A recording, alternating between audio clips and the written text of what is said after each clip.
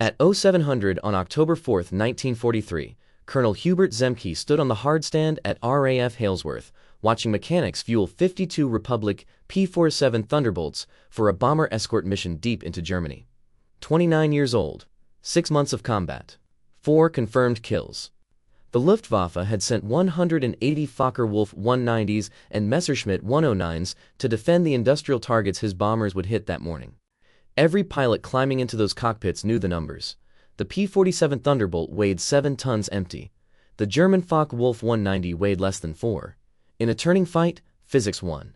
The lighter fighter turned tighter. The heavier fighter died. Zemke's 56th Fighter Group had lost 11 aircraft in their first 4 months of combat. 4 pilots killed, 7 captured. The Germans called the Thunderbolt the Jug, short for Juggernaut, a flying tank that couldn't dogfight. American bomber crews watched P-47s try to protect them and saw the truth. When Focke-Wulfs attacked, the Thunderbolts couldn't stay with them through the turns. Luftwaffe pilots broke away from bomber formations, knowing the heavy American fighters wouldn't follow through the vertical maneuvers. They were right. On June 26, 1943, Zemke's group engaged Jagdgeschwader 26 over France. Veteran German pilots flew circles around the P-47s. Literally. 5 Thunderbolts went down. 4 American pilots died. Captain Robert Johnson barely made it home with his aircraft shot to pieces. His Thunderbolt had taken over 200 cannon hits and still flew. But it hadn't won the fight. The mathematics were simple. A Focke-Wulf 190 could turn inside a P-47 every single time. At 15,000 feet, the German fighter completed a 360-degree turn in 22 seconds. The Thunderbolt needed 6 seconds. In combat, 6 seconds meant death. 8th Air Force generals watched their fighter groups struggle and made plans to replace the P-47 with the new P-51 Mustang. Lighter, faster in level flight, better range. The Thunderbolt program looked like a failed experiment. 5 other fighter groups were scheduled to transition to Mustangs by the end of 1943. But Zemke had spent 2 years testing the P-47 before the war. He knew something the Germans didn't. The Thunderbolt couldn't turn. It could dive. The massive Pratt & Whitney R2800 double wasp engine generated 2,000 horsepower. The thick wing and heavy airframe stayed stable at speeds that would tear apart a Focke-Wulf. In a vertical dive, nothing in the Luftwaffe could catch a Thunderbolt. Zemke stopped trying to fight the war the Germans expected. He developed new tactics built around the P-47's actual strengths: height advantage, diving attacks, hit and run, never turn with the enemy, dive through the formation, use speed and momentum, zoom back to altitude, attack again. The 56th Fighter Group practiced these tactics through the summer of 1943.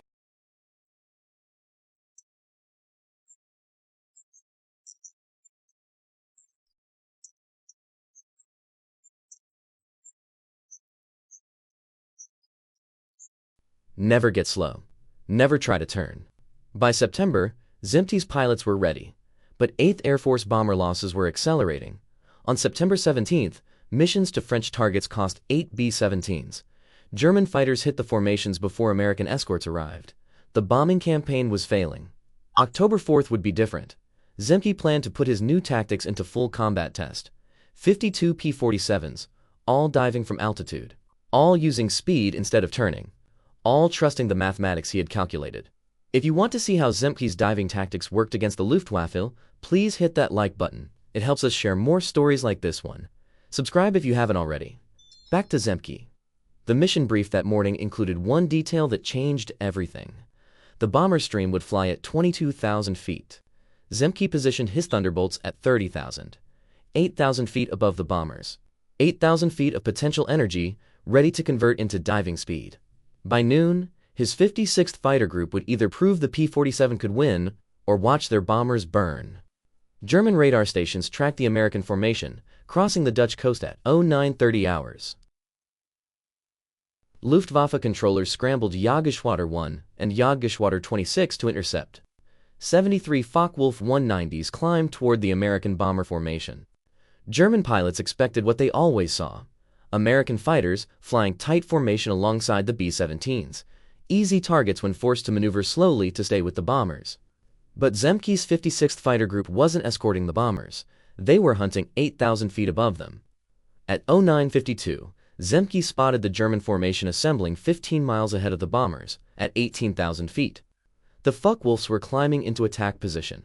Standard Luftwaffe doctrine: gain altitude advantage, dive through the bomber formation, use speed to escape before the escorts react. Zemke rolled his P-47 into a 70-degree dive. 51 Thunderbolts followed. 7 tons of aircraft and ammunition, accelerating toward terminal velocity. The massive propeller bit into the thin air. The double Wasp engine roared at full military power. Airspeed needles climbed past 300 miles per hour, past 350, past 400. The German fighters never looked up.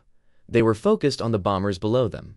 They didn't see 52 P-407s screaming down at 450 miles per hour until Zemke's first burst of 50 caliber fire ripped through a Focke-Wulf's cockpit. The German pilot never pulled out of his climb. What happened next lasted 90 seconds. 51 more Thunderbolts dove through the German formation at speeds the Focke-Wulfs couldn't match. Each P-47 carried 8 Browning M2 machine guns. Each gun fired 800 rounds per minute. The combined firepower of the group put 68,000 rounds into the sky every 60 seconds. German pilots tried to brake, tried to turn, tried to dive away, but the physics were wrong. A Focke-Wulf at 400 miles per hour couldn't pull out of a dive as quickly as the heavier P-47. The Thunderbolt's thick wing and massive structure handled the G-forces better. German pilots blacked out trying to match the American turn rates, or their aircraft came apart under the stress. Zemke's wingman, Lieutenant Walter Cook, watched a Focke-Wulf try to dive away from his attack. The German pilot pushed his stick forward. His fighter went vertical. Cook stayed with him. At 500 miles per hour, the Focke-Wulf's right wing folded backward and tore off. The wreckage tumbled toward the Dutch farmland below. The remaining Thunderbolts didn't dogfight. They didn't try to turn with the Germans. Each pilot made one high-speed pass, fired, dove through, then used their remaining speed to climb back to altitude for another attack. Zemke had calculated this exactly. The Thunderbolt's engine produced enough power to regain 8,000 feet in 4 minutes. 4 minutes. Then they could dive again. The German formation scattered. Focke-Wulf pilots who moments before were preparing to attack B-17s now fought for their own survival. They couldn't climb fast enough to escape the diving Thunderbolts. They couldn't dive fast enough to outrun them. They couldn't turn because the P-47s never committed to turning fights. By 10:03, 11 minutes after the first attack, the sky above the bomber stream was empty of German fighters. The Focke-Wulfs that survived fled east toward their airfields. Not one German fighter made it through to attack the B-17s. 0 bombers lost. Zemke's group reformed at altitude and continued the escort mission. The bombers hit their targets without interference. The return flight showed more Luftwaffe formations in the distance. None approached close enough to engage. The 56th Fighter Group landed at Halesworth between 1300 and 1400 hours. Ground crews counted ammunition expenditure. Gun cameras were pulled for film development. Intelligence officers began debriefing pilots. The initial reports seemed impossible. The group claimed 21 confirmed German fighters destroyed, another 8 probably destroyed, 16 damaged, 0 American aircraft lost, 0 pilots wounded. 8th Air Force Headquarters demanded verification. They sent investigators to interview every pilot separately. They analyzed all gun camera footage. They cross-referenced with radar tracks and radio intercepts. Every claim checked out. October 4, 1943 was real. But that was one mission, one day. The Luftwaffe had hundreds of fighters. The strategic bombing campaign would continue for 18 more months. Could Zemke's tactics work consistently? Could other fighter groups learn them? Could the P-47 actually win the air war over Europe? 3 weeks later, the 56th Fighter Group would answer those questions in a way that terrified the Luftwaffe. October 1943 became the 56th Fighter Group's proving ground. 8th Air Force scheduled maximum effort bomber missions every day weather permitted. Bremen, Munster, Wilhelmshaven, Düren. Industrial targets deep in Germany. Each mission drew massive Luftwaffe response. October 8th, escort to Gruppen. The group intercepted 40 Messerschmitt 109s, forming up to attack the bomber stream. Same tactics: high altitude position, diving attacks. 6 German fighters destroyed, 0 American losses. October 10th, monster raid. 60 Focke-Wulfs attempted to break through to the bombers. Zemke's pilots hit them in 3 successive diving passes. 9 confirmed kills, 2 probables. The bombers completed their mission without losing a single aircraft to fighter attack. October 14th was different. 8th Air Force launched the 2nd Schweinfurt raid. 291 B-17s targeted ball-bearing factories critical to German war production. The Luftwaffe threw everything available into defending Schweinfurt. Over 300 fighters, every available Geschwader. This was the decisive battle both sides knew was coming. Zemke wasn't flying that day. He was at 8th Air Force headquarters receiving the British Distinguished Flying Cross. His deputy commander, Lieutenant Colonel David Schilling, led the 56th into combat. Schilling followed Zemke's tactics exactly. Position high. Wait for the German formations to commit. Dive through them at maximum speed. But the scale of the battle overwhelmed every escort group. Too many German fighters, not enough American escorts. The math didn't work. 68 B-17s went down. 680 American airmen killed or captured in one afternoon. The Schweinfurt raid became the worst single-day loss of the war for 8th Air Force. The 56th Fighter Group claimed 16 German fighters destroyed that day, more than any other escort group. But it wasn't enough. The bombers kept burning. The strategic bombing campaign looked finished. American losses were unsustainable. German fighter production was accelerating. The daylight bombing offensive was failing. October 20th, 4 days after Schweinfurt. 8th Air Force commanders debated suspending deep penetration raids until long-range P-51 Mustangs arrive in sufficient numbers. Some generals argued the P-47 had proven inadequate for bomber escort, regardless of tactics. The aircraft was too short-ranged, too heavy, too limited. Then the weather cleared over northern Germany. 8th Air Force launched another maximum effort mission. Düren Railway Yards. The 56 Fighter Group took off from Hillsworth at 0830. Zemke was back in command. The mission followed the new doctrine exactly. The group positioned at 32,000 feet, 10,000 feet above the bomber stream. German fighters rose to meet the B-17s. Zemke counted 73 contacts. Jagdgeschwader 26 and elements of Jagdgeschwader 3, some of the Luftwaffe's most experienced pilots. The German formation leader was Major Wilhelm Ferdinand Galland, younger brother of Luftwaffe General Adolf Galland. 55 confirmed victories, 7 years of combat experience. He had fought in Spain, Poland, France, and Russia. He knew every fighter tactic the Luftwaffe taught. Galland positioned his Gruppe for a classic bounce attack on the bombers. His fighters held altitude advantage over the B-17s. His pilots were in perfect formation. They began their diving attack at 10:45. Zemke was already diving. His 52 Thunderbolt had 2,000 feet more altitude than the German formation. They hit Galland's group up from above and behind at 470 miles per hour. The German pilots never saw them coming. The combat lasted 7 minutes. 17 German fighters went down in that window. Galland's Focke-Wulf took multiple 50 caliber hits in the engine and cockpit. His aircraft went into an uncontrolled spin at 23,000 feet. Major Wilhelm Ferdinand Galland did not survive. The Luftwaffe lost one of its most experienced fighter leaders in a battle that lasted less time than it takes to boil water. By October 31st, the 56th Fighter Group had flown 9 major combat missions in 1 month. Their confirmed kill total for October was 39 German aircraft destroyed. The group that couldn't dogfight had become the highest-scoring fighter group in 8th Air Force. The Germans noticed. Luftwaffe intelligence began tracking American fighter tactics and identified a new threat. They called it the Amerikanische Sturztaktik, the American diving tactic, and they had no counter for it. November 1943. Luftwaffe Jagdgeschwader commanders held emergency conferences across occupied Europe. The Americans had changed to something fundamental. German fighter pilots reported P-47s attacking from impossible altitudes at speeds their aircraft couldn't match. Traditional intercept tactics weren't working. Luftwaffe doctrine had dominated European skies for 4 years. Gain altitude, position above the enemy, dive through with speed advantage. The tactic had destroyed Polish, French, British, and Russian aircraft by the thousands. Now the Americans were using it better. Major Gunther Rall commanded Jagdgeschwader 11, 275 confirmed victories, one of Germany's most successful fighter pilots. He studied the 56th Fighter Group's tactics and identified the problem. The P-47 pilots weren't escorting bombers, they were hunting fighters.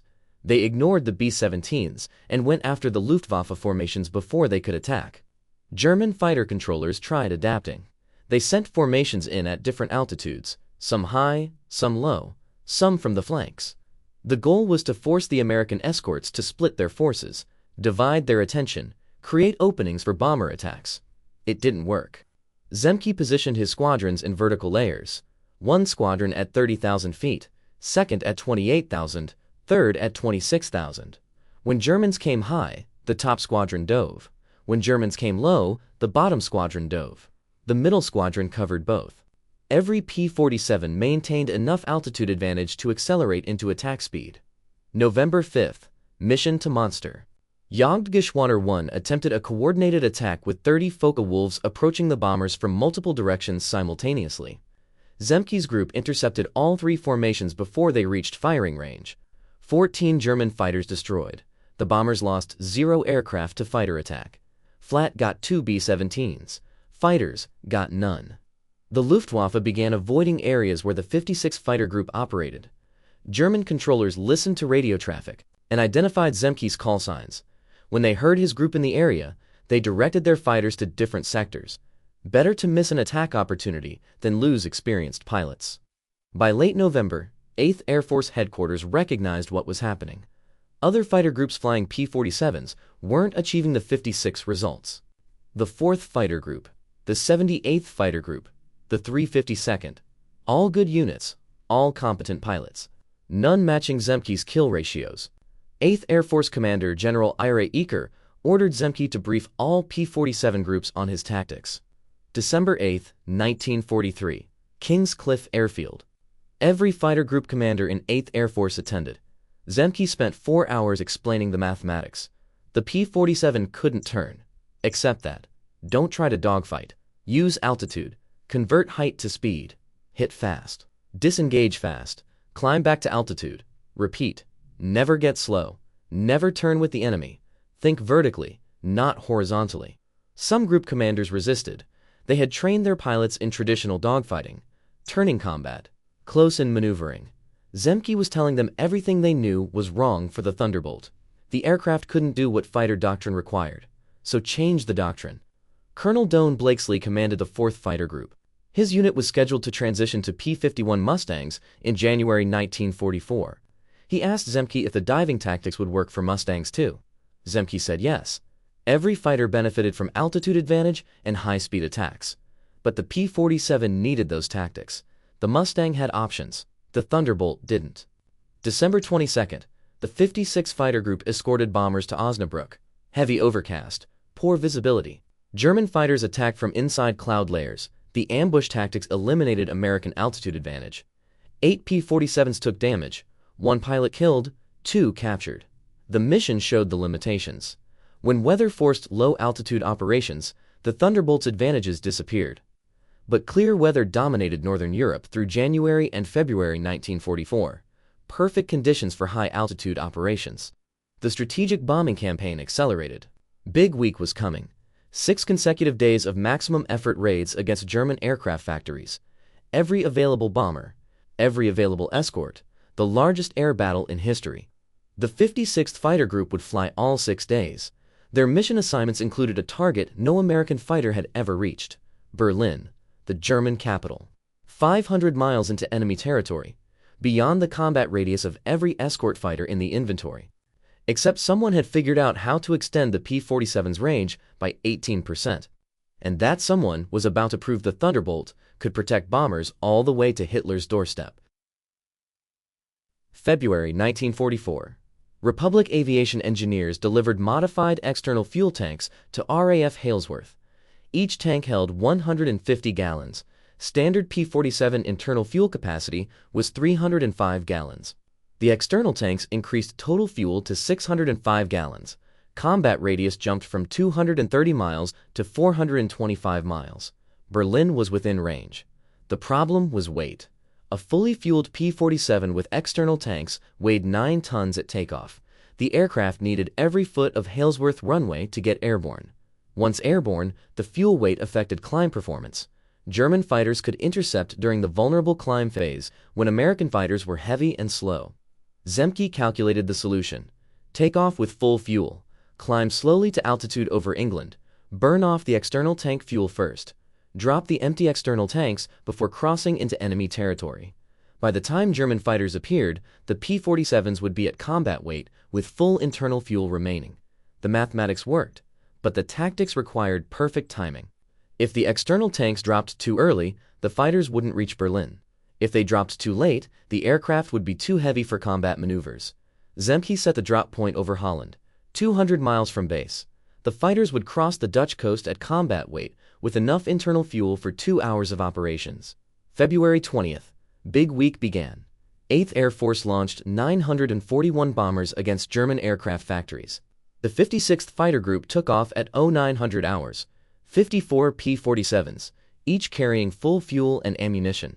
Target, Leipzig. 400 miles into Germany.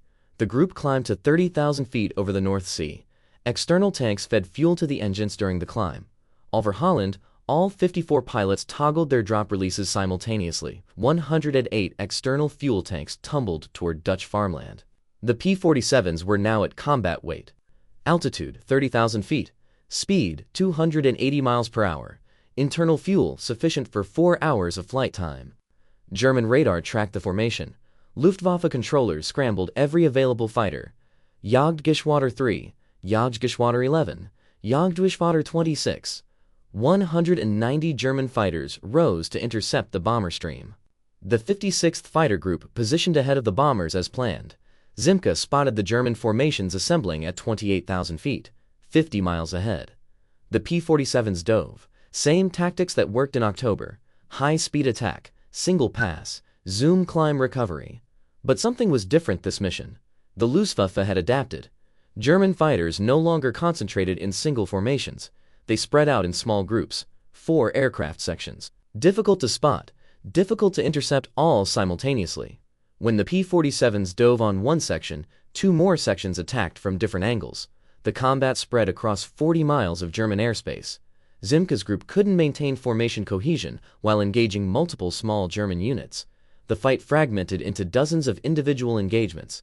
P-47 pilots found themselves alone, outnumbered, fighting multiple opponents simultaneously. Lieutenant Robert Johnson engaged 3 Messerschmitt 109s over Brunswick. He destroyed one, damaged another. The third got on his tail. Johnson dove to escape. The Messerschmitt followed. Both aircraft accelerated past 450 miles per hour. Johnson pulled out at 8,000 feet. The German pilot blacked out from G-forces and crashed. Across the battle space, similar fights repeated. German pilots tried to turn with the P-47s. Physics killed them. American pilots tried to climb away. Mathematics saved them. The Thunderbolt's power-to-weight ratio at combat speed exceeded anything the Luftwaffe could match. The bomber stream reached Leipzig at 12:30 hours. German flak batteries opened fire. 88mm guns, 105mm guns. The sky filled with black bursts. 21 B-17s went down over the target. Flak, not fighters. The Luftwaffe never got through. The 56th Fighter Group escorted the bombers back to England. They landed at Halesworth at 15:40 hours. 6 hours and 40 minutes total mission time. 18 German fighters confirmed destroyed. 2 P-47s lost. Both pilots survived and evaded capture. Big week continued for 5 more days. Brunswick, Regensburg, Augsburg, Gotha, Schweinfurt again. And on March 6, 1944, the mission everyone said was impossible. Berlin. March 6, 1944, 0700 hours. RAF Halesworth. Zemke briefed his pilots for the deepest penetration mission ever attempted by American fighters. Berlin, 510 miles from the English coast. The German capital had never been reached by escort fighters. Every previous Berlin raid lost bombers by the dozen to unopposed Luftwaffe attacks. The mission plan was ambitious. 660 B-17s would hit industrial targets across Berlin. 397 fortresses targeted the VKF ball bearing plant in Erkner. 263 hit the Daimler-Benz engine factory. The raids would cripple German tank and aircraft production, if the bombers survived. 8th Air Force assigned 8 fighter groups to escort duty. Total, 140 fighters rose to defend Berlin. The capital had never fallen to daylight bombing. It wouldn't fall today. 56th Fighter Group crossed into Berlin airspace at 11:22 hours. First American fighters over the city. Zemke spotted the German formations at 11:24. 70-plus contacts, 28,000 feet, 5 miles ahead of the bomber stream. Focke-Wulf 190s and Messerschmitt 109s mixed together. The Luftwaffe had committed everything. The P-47's dove from 33,000 feet. Zemke led the attack personally. His flight hit the German formation at 460 miles per hour. The initial pass destroyed 6 fighters in 11 seconds.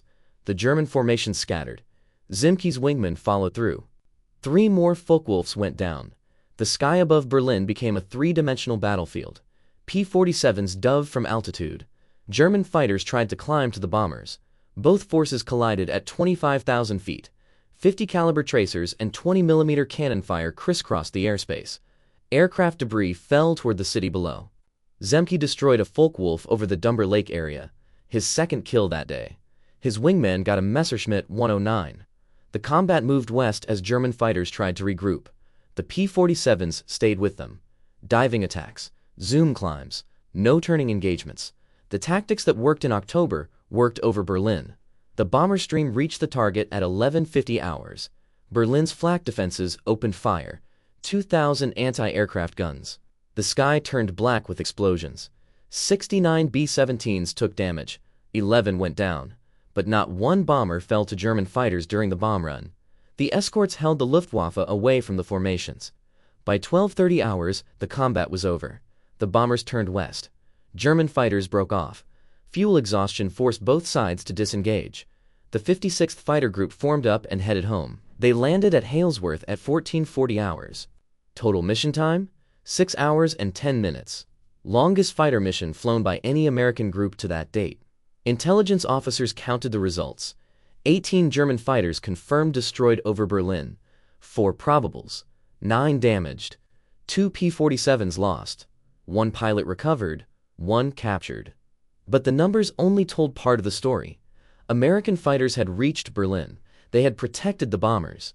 They had won the air battle over the German capital. The mission every expert said was impossible had succeeded. Zemke received the Distinguished Service Cross for leading the Berlin escort. The citation mentioned his tactical innovations, his leadership under fire, his role in turning the P-47 from a liability into the 8th Air Force's most successful fighter. 3 months later, the 56th Fighter Group would achieve something even more remarkable. May 1944. Allied forces prepared for Operation Overlord, the Normandy invasion. D-Day required absolute air superiority over the landing beaches. Luftwaffe fighters could not reach the invasion fleet, could not strafe the beaches, could not interfere with airborne operations. That mission fell to the fighter groups of 8th Air Force. The 56th Fighter Group moved to Boxter Airfield in Essex, closer to the French coast, better positioned for round-trip missions to Normandy.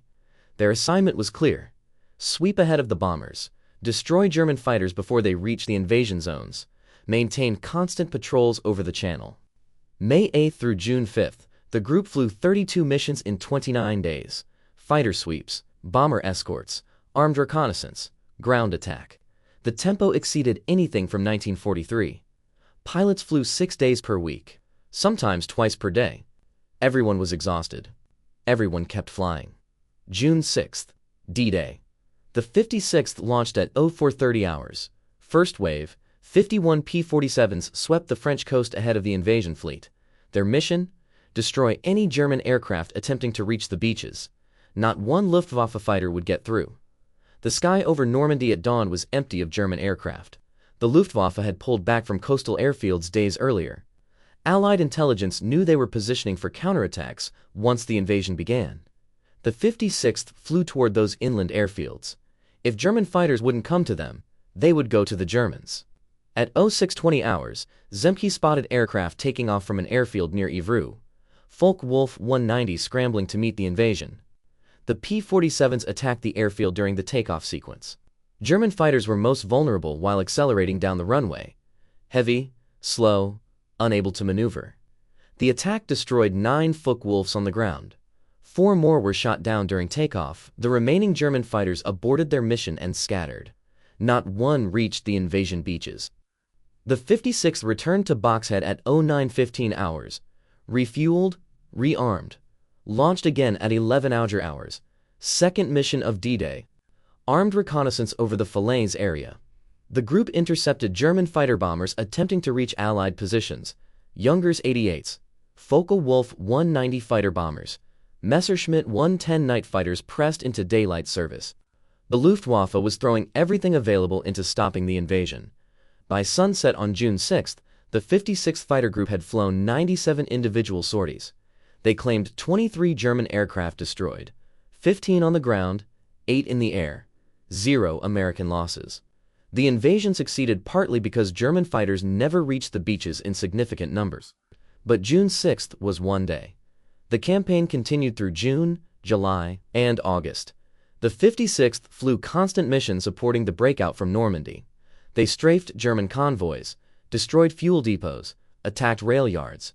The P-47's 850 caliber machine guns proved devastating against ground targets. Armor-piercing incendiary ammunition penetrated truck engines, fuel tanks, and locomotives. August 12, 1944.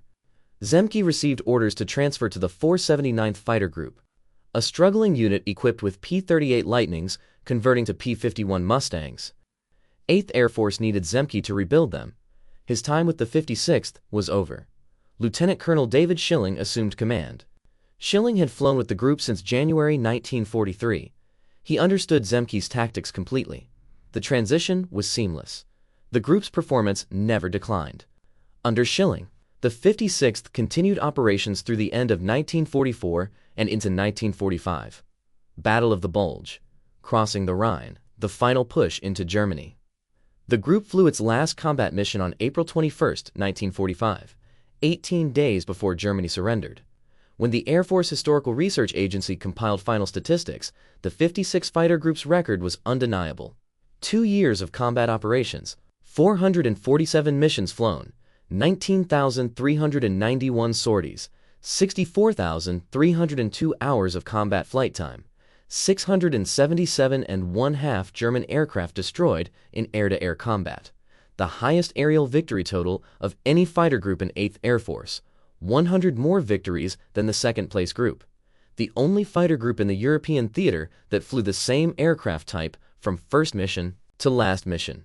The P-47 Thunderbolt, that German pilots called too heavy for combat, had destroyed more Luftwaffe fighters than any other American aircraft. Not because the airframe changed, because the tactics changed. Zemke's diving attacks, his altitude discipline, his refusal to dogfight, his mathematical approach to aerial combat, these innovations transformed the strategic bombing campaign. They made D-Day possible. They won the air war over Europe. And it all started with one realization. The P-47 couldn't turn. So stop trying to make it turn. Zemke transferred to the 479th Fighter Group on August 12, 1944. His new unit flew P-51 Mustangs. Different aircraft, same tactics. Height advantage, diving attacks. Speed over maneuverability. He scored 2.5 additional victories with the 479th. His total reached 17 3/4 confirmed kills. October 30, 1944. Zemke led a mission over Germany in deteriorating weather. Severe turbulence. His P-51's wings separated at 18,000 feet. He bailed out, evaded for 3 days. German troops captured him on November 2nd. He spent the remainder of the war in Stalag Luft 1 as senior Allied officer, responsible for 9,000 prisoners. But the 56th Fighter Group didn't need Zemke anymore. His tactics had become doctrine. Every pilot in the group understood the mathematics. Every new replacement learned the system. The unit's success continued under Schilling's command through the final 7 months of the war. The group produced 39 fighter aces, more than any other 8th Air Force fighter group. Lieutenant Colonel Francis Gabreski scored 28 victories with the 56th, the highest total of any American pilot in the European theater. Captain Robert Johnson finished with 27. Colonel David Schilling claimed 22.5. Major Walker Mahurin got 20.75. These weren't lucky pilots. They were disciplined tacticians who understood physics. They knew their aircraft's capabilities. They refused to fight the enemy's fight. They made the Luftwaffe fight their fight, and the Luftwaffe lost. By April 1945, other P-47 groups across 8th Air Force had adopted variations of Zemke's tactics. The 78th Fighter Group, the 352nd, the 353rd. Combined, P-47 Thunderbolt groups destroyed over 2,000 German aircraft in air-to-air combat. The supposedly obsolete fighter became the most successful American aircraft in the European theater. The strategic bombing campaign succeeded because fighters like the P-47 made it succeed. Bomber losses declined from 20% per mission in 1943 to less than 2% by 1945. German industrial production collapsed. Ball bearing factories, aircraft plants, oil refineries, tank factories, all destroyed by bombers protected by escorts that finally worked. Zemke survived the war, returned to the United States in May 1945, remained in the Air Force until 1966, retired as a full colonel. He never received a general star, despite leading one of the most successful fighter groups in American history. Some said his outspoken criticism of senior officers cost him promotion. Others said the Air Force preferred leaders who didn't question doctrine. But Zemke changed warfare, regardless of his rank. His mathematical approach to aerial combat influenced fighter tactics for the next 30 years. Vietnam-era F-4 Phantom pilots used energy management tactics derived directly from Zemke's P-47 doctrine. Height advantage, speed advantage, boom and zoom. The principles remained valid even as aircraft speeds doubled and tripled. The 56th Fighter Group disbanded in October 1945, reformed in 1946. Served through the Cold War, flew F-86 Sabres in air defense missions, converted to F-100 Super Sabres, then F-4 Phantoms. Today the unit trains F-16 pilots at Luke Air Force Base in Arizona. The Wolfpack continues. If this story moved you the way it moved us, do me a favor, hit that like button. Every single like tells YouTube to show this story to more people. Hit subscribe, internal notifications. We're rescuing forgotten stories from dusty archives every single day. Stories about pilots and commanders who saved lives with tactics, mathematics, and discipline. Real people, real heroism. Drop a comment right now and tell us where you're watching from. Are you watching from the United States, United Kingdom, Canada, Australia? Our community stretches across the entire world. You're not just a viewer, you're part of keeping these memories alive. Tell us your location. Tell us if someone in your family served. Just let us know you're here. Thank you for watching. And thank you for making sure Hub Zemke and the 56th Fighter Group don't disappear into silence. These men deserve to be remembered, and you're helping make that happen.